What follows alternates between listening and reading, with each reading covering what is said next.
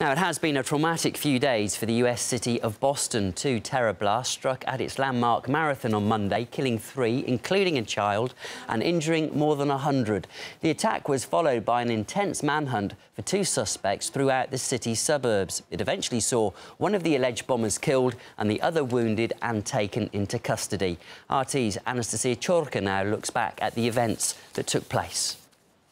Mayhem took place here at an area still cordoned off at a sporting event that attracted tens of thousands of participants and thousands of spectators from all over the world. 2 bombs went off just seconds apart from each other at the finishing line of the Boston Marathon. The explosions were so strong that they sent debris flying onto rooftops, ripping off people's limbs, leaving 3 people dead and over 175 people injured. Despite all of the money the United States spends on security, it was a surveillance camera of a department store that helped pinpoint the 2 brothers behind the tragedy. Several memorials like this one have been set up throughout the city of Boston to remember the victims. The 3 people who died include an 8-year-old boy and 2 young women, a 29 and a 23-year-old. Over a dozen victims remained in critical condition for several days, many of them needing follow-up surgeries despite having had amputations. The 2 suspects lived in an apartment on the 3rd floor of this building in Cambridge. Now, they came to the United States, the 2 brothers of Chechen origin, back in 2002.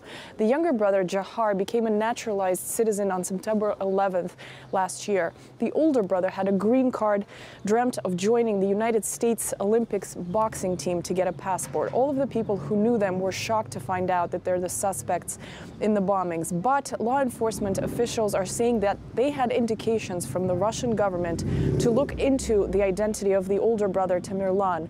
They did, in fact, bring him in for questioning back in 2011 to try to establish any possible links to extremist groups. At this time, they released the older brother.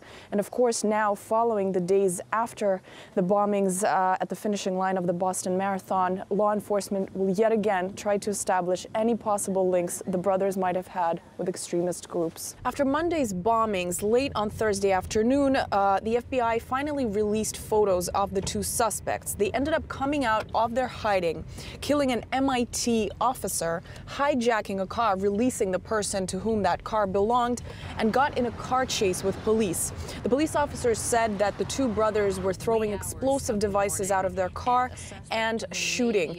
Over a dozen police officers were wounded as a result. Eventually, the older brother, 26-year-old Tamerlan, got out of the car to continue the shootout with the police officers. The younger brother stayed in the car, ended up running over his older brother, getting away in the car, which he eventually abandoned and was able to get away on foot. In the meantime, police officers captured Tamerlan and took him to this hospital in Boston, suffering multiple injuries. This is where he died shortly after 1:30 a.m. on Friday morning. An unprecedented manhunt for Jahar continued for over 20 hours, involving thousands and thousands of federal and local law enforcement officers. We're currently in Watertown, just several minutes outside of Boston. Now, law enforcement officials had established a perimeter in this area, going from door to door, trying to locate Jahar's whereabouts. Where they ended up finding him was just a block away from the area they were searching. He was hiding out in one of the houses in this area in a dry docked boat. A local neighbor, the person living in this area, saw a blood trail and led police to the area where Jahar was hiding. Now, a helicopter of the officials was also able, using heat signature technology, to locate Jahar hiding out in this boat, even though he was covering himself up.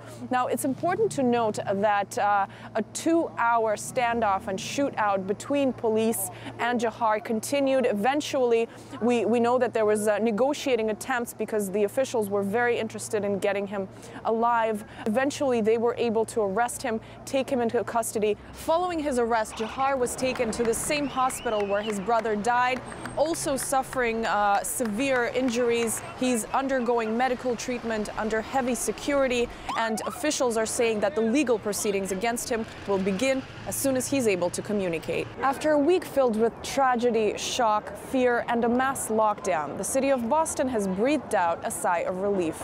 But locals want to see justice and find out the motives behind the terror act that made so many question the illusion of safety they had been living under. Anastasia Chorka, RT. Massachusetts.